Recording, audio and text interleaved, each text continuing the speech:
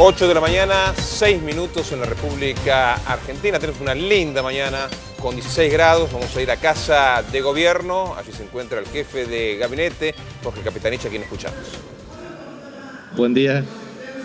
Más breve. Buen día a todos y a todas. Sí. Bueno, quería en primer lugar remarcar que durante la apertura del Encuentro Federal de la Palabra en Tecnópolis, la presidenta pudo explayarse respecto a la característica de un encuentro, pero sobre todo remarcar lo que significa la palabra, que es la forma más profunda de comunicarse en paz sin violencia y sobre todo la palabra encierra identidad. Este encuentro de Tecnópolis, que es un encuentro de carácter federal, que va desde la narrativa, radio, televisión, poesía, música, recitales, etcétera, es verdaderamente un encuentro de carácter federal y es la palabra que nos une, que nos genera un ámbito de encuentro. Por eso es muy importante lo que ayer la presidenta pudo ratificar en múltiples teleconferencias desde la Universidad de Salta, con lo que significa el acceso a la educación terciaria universitaria de alumnos huichís de Santa Victoria Este, lo que significa la ampliación de las inversiones en materia de universidades nacionales. Es importante mencionar que las universidades nacionales tenían en el año 2003 aproximadamente 1.800 millones de pesos de presupuesto y este año tienen 31.000 millones de pesos. Y es también importante observar las nuevas universidades que se han creado durante esta etapa y lo que significa esto en términos de asignación de recursos para potenciar el ingreso y sobre todo el mejoramiento sustancial de los salarios docentes y el mejoramiento de la infraestructura. La Universidad de Salta allí tiene aproximadamente una inversión de 16 millones de pesos, un incremento en su capacidad instalada, 10.752 alumnos que se pueden incorporar. O lo mismo que lo que ha sido la teleconferencia con el intendente Berazategui, Patricio Musi, desde el punto de vista de la expansión de los parques industriales, de la perspectiva de 525 nuevos emprendimientos de carácter industrial y, obviamente, la inversión de pequeños, medianos empresarios argentinos. Por lo tanto, creo que es muy importante lo mismo que ratificaba junto al ministro Lino Barañao respecto al incremento de la capacidad instalada de los institutos, la repatriación de 10 científicos que residían fuera del país y lo que esto significa para la Argentina, que hoy tiene entre 0,65 y 0,78% en términos de Producto Interno Bruto de inversión de ciencia y tecnología, lo cual implica un incremento sustancial en la última década, pero a su vez también la repatriación de más de 1.000 científicos de origen argentino que estaban radicados en el exterior. También quiero remarcar que el Colegio Público de Escribanos de la Ciudad Autónoma de Buenos Aires acaba de reconocer un incremento del 16,2% de escritura de compraventa de bienes inmuebles en esta jurisdicción, lo cual implica 1.995 operaciones por 1.738 millones de pesos. Eso es un dato alentador también. La administración de ANSES ha remarcado en un informe que las asignaciones familiares por hijo o por hijos con discapacidad alcanzan a 4.387.165 niños, niñas y adolescentes, lo cual implica un incremento del 30,9% respecto a enero del año anterior. Es bueno también remarcar lo que hoy es una noticia muy destacada, que es el incremento de 140 millones de dólares más de acumulación de reservas del Banco Central de la República Argentina. También la coordinación que hemos tenido con todas las provincias que han sido damnificadas por las inclemencias del tiempo, desde la provincia de Neuquén, en donde existen equipos del Ministerio de Seguridad, del Ministerio de Desarrollo Social, del Ministerio de Salud Pública, a través de estrategias de intervención de emergencia, con la participación del Ministerio de Defensa, a través del Ejército Argentino, de la Gendarmería Nacional, poniendo a disposición todo el equipamiento correspondiente para el socorro de los damnificados. No solamente hemos tenido problemas en Neuquén, sino también se ha extendido en otras provincias argentinas, el caso de Chubut, el caso de Córdoba, el caso de Santiago del Estero, el caso de Catamarca, pero ustedes lo han podido constatar a través de la comunicación permanente en este sentido. Por último, también queremos remarcar el fallo judicial que permite la condena de 10 a 22 años a aquellos quienes fueron efectivamente inculpados por el caso de Marita Verón, con Susana Trimarco y la comunicación de la Presidenta de la Nación. Y es bueno también remarcar que desde la sanción de la Ley 26.364 han sido 6.339 las personas rescatadas como víctimas de trata en la República Argentina. 713 procesados, 143 condenados. Eso también es un tema muy importante desde el punto de vista del incremento de las condenas y también del uso adecuado de estas herramientas. Y bueno, quedo en las preguntas con ustedes, porque seguramente me harán la pregunta respecto al informe del Fondo Monetario, entonces ya se la respondo. Buen día, ministro. Javier Pasarago, la M530, Laredo de las Madres. Bueno, la primera pregunta tiene que ver con eso, justamente la opinión del gobierno respecto al crítico informe del FMI, y si no considera también que fue un error en algún punto un acercamiento de nuestro país con el organismo internacional, eso por un lado, y por el otro hoy se va a presentar en diputados nuevamente el proyecto de despenalización del aborto. Quería saber cuál es la opinión del oficialismo, que si va a dar posibilidad al debate este año en el recinto de diputados y después de senadores. Bueno, respecto al tema del Fondo Monetario Internacional, nosotros observamos que el informe tiene una metodología de base de análisis que es anterior al cambio de base metodológica. En segundo lugar, no es extraño respecto al sesgo ideológico de los analistas del Fondo Monetario Internacional, que siempre son capaces de predecir las peores catástrofes que no se producen y promover los informes más optimistas que nunca se ejecutan. Entonces, yo creo que es lo que decía John William Cook de Alzogaray: aquellos que prometen primaveras irrenunciables que nunca llegan a inviernos implacables que nunca fallan. Esa es la mejor frase que se puede plantear ante el Fondo Monetario Internacional. Primaveras irrenunciables que nunca se producen a inviernos implacables que nunca fallan. Yo creo que es importante remarcar lo que ha significado el Fondo Monetario Internacional para la República Argentina. Sus recomendaciones han generado la peor crisis social, productiva, económica, fiscal y financiera de la historia de la República Argentina. Son los mismos técnicos, los mismos analistas, con el mismo sesgo ideológico, que permanentemente impulsan este tipo de informes y recomendaciones.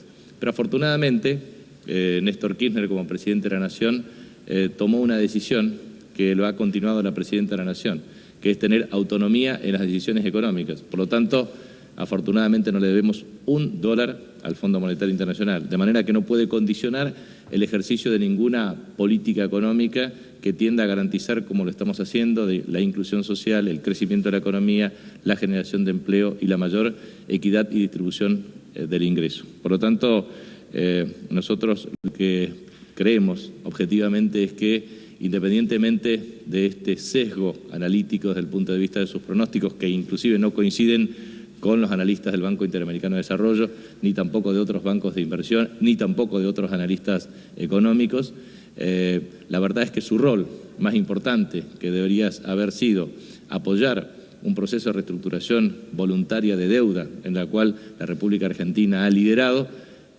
por imposición y presión de banqueros de carácter internacional y de los fondos buitres, en realidad no hizo absolutamente nada en favor de Argentina. Y la verdad es que ese sería el rol más importante, cumplir el rol que le corresponde para salvaguardar procesos de reestructuración voluntaria de deuda, respetando la soberanía de los países que son miembros de la comunidad internacional. En ese contexto, por ejemplo, los tenedores que son los denominados fondos buitres, los tenedores de deuda, en realidad no son tenedores de deuda originarias y representan tan solo menos del 1% del casi el 7% de los tenedores totales de deuda que no han adherido al canje en la República Argentina. Ustedes saben que el 93% de los tenedores de deuda han adherido en forma voluntaria al canje. Ha habido este tipo de fondos que han accionado judicialmente en contra de la República Argentina, alterando el principio de reestructuración voluntaria de deuda. Allí que debería estar presente el Fondo Monetario Internacional defendiendo procesos de reestructuración voluntaria de deuda, en realidad no lo hizo. Entonces, creo que la síntesis es muy clara. el sesgo ideológico de los analistas del Fondo Monetario Internacional nunca ha cambiado. Sus recomendaciones nunca han cambiado. Ajustes interminables que finalmente perjudican el desenvolvimiento estructural de los países. Con respecto a ese, es un tema que hay múltiples iniciativas de todo tipo en el Congreso, pero no es una cuestión que incumba al Poder Ejecutivo, ni la promueve ni la impulsa. Buen día, jefe de gabinete. El otro día usted asistió a la Cámara de Diputados, donde hizo una exposición. Como dato, cuando Juan Casañas asumió su banca, juró porque los productores puedan trabajar en paz. Y como siguiendo el debate, el diputado Brown le preguntó sobre la situación tensa que el gobierno mantiene con los productores agropecuarios. Sí.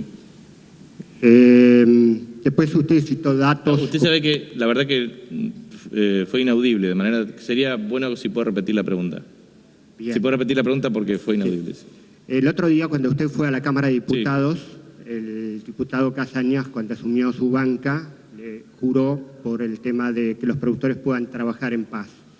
El diputado Brown a continuación le hizo una pregunta por el sinceramiento de la relación que tiene el gobierno con el campo, a lo que usted contestó con cifras contundentes y elocuentes que referían a los datos de las producciones agropecuarias, cosa que es mérito de los productores agropecuarios. El gobierno toma recursos del campo y lo que está en la heladera es lo que viene de ahí. Y se lo ignora en una actitud reiterada en los actos o las formas que mantiene ese sector social en lo que son las expresiones o que pueden dar a un buen entendimiento con el gobierno cuando se manifiestan en forma conjunta. ¿Usted sabe si la Presidenta está mal informada, como asegura Alberto Fernández en su libro, o es el gabinete quien decide mantener esta situación tensa? ¿O en línea con la pregunta, el gobierno entiende que las retenciones no se tocan? Y como usted afirmó el otro día, y si se pueden quitar trabas a los mercados en otro lugar u otros temas, como por ejemplo asistir a la exposición rural, cosa que la Presidenta nunca hizo, como para dar una señal de entendimiento nueva. Mire, nosotros tenemos una política activa para impulsar el desarrollo productivo del país. Si uno toma los datos de exportaciones, tanto manufacturas de origen agropecuario y manufacturas de origen industrial, aproximadamente el 64% están representadas por eso en el volumen total de exportaciones. Si usted toma una política clara respecto a la valorización de los activos, o sea, de los bienes inmuebles, de la venta de maquinarias, bienes de capital, herramientas, expansión de superficie sembrada, etcétera, los datos son incontrastables. Ha habido un mejoramiento sustancial de los niveles de producción, productividad, rendimiento e incremento de la actividad productiva. Otras cuestiones que tienen que ver con cuestiones de carácter protocolar, esto es una cuestión que no tiene nada que ver con las relaciones con el sector. Nosotros, en realidad, apoyamos al sector agropecuario con políticas activas. ¿Cómo se apoya al sector agropecuario? Ha habido una asignación de 54.000 millones de pesos en políticas activas asociadas desde asistencia en materia de emergencia hasta cuestiones que tienen que ver con políticas crediticias, a tasas subsidiadas, hasta mecanismos que tienen que ver con infraestructura, tecnología, desarrollo en la asignación de recursos para SENASA, para INTA, etcétera. Con lo cual, en realidad creo que nosotros no deberíamos estar planteando una agenda desde el punto de vista político de una supuesta confrontación. Nosotros la verdad es que creemos que las políticas de Estado son aquellas que se utilizan las herramientas para promover el crecimiento de la economía en los múltiples sectores. En el caso del sector agropecuario en Argentina, lo que no se debate en profundidad es lo que se denomina la tasa marginal de sustitución de la unidad de superficie. O sea, nosotros tenemos una unidad de superficie que en la Argentina hubo un incremento sustancial en los últimos 20 años aproximadamente, de 20 millones de hectáreas a 35 millones de hectáreas. Se ha tenido un incremento extraordinario del número de hectáreas. Ahora, 14 millones de esas hectáreas que antes se producían o se destinaban a la ganadería, se plantearon para usos alternativos, de cultivos de mayor rentabilidad relativa. Lo mismo que lo que significa los niveles de uso de esa superficie para cebada, trigo, soja, maíz, girasol, algunas de las cuales tienen que ver con el nivel de precios, otras que tienen que ver con el nivel de impacto climático, otras que tienen que ver con desarrollos productivos de distintas características. Pero lo que mejor puede hacer el gobierno es lo que hace. Esto es generar inversiones en materia de infraestructura para mejorar la competitividad del sector, impulsar estrategias que incrementan la demanda de la población a través de la revitalización del consumo y las inversiones, y eso es lo que se hace. Y la verdad es que nosotros creemos que los resultados son objetivos. Argentina ha tenido un incremento del valor de los campos, ha tenido un incremento sustancial de la tasa de rentabilidad, ha tenido un incremento sustancial del volumen de producción, ha tenido un incremento sustancial del volumen de exportaciones y bueno, pretenden contrastar eso contra la comparación de decir, y bueno, pero con otras políticas se podría haber impulsado más. Y la verdad es que los resultados, yo ya lo dije varias veces, lo que pasa es que nadie quiere debatir seriamente los datos. En el año 1875, el número de cabezas de ganado en la Argentina es de 12 millones de cabezas. Cuando uno mira la serie estadística, 1976, 61 millones de cabezas. Ahora bien, ahí se aplicaron todas las políticas del recetario neoliberal, la dictadura militar. Y luego la continuidad en el gobierno de Raúl Alfonsín. Conclusión, caída del stock de 61 a 47 millones de cabezas de ganado. Entonces la verdad es que toda la confrontación teórica o mediática es meramente ideológica. Jefe de gabinete Daniel Salazar, de Radio y Televisión de la Universidad Nacional de Córdoba. No quiero hacer mucha introducción porque hay muchas inquietudes que le quiero trasladar inclusive de los compañeros. La primera tiene que ver con las versiones que inclusive se le atribuyen a la Presidenta de la Nación con respecto al tema de ganancias para después de las paritarias.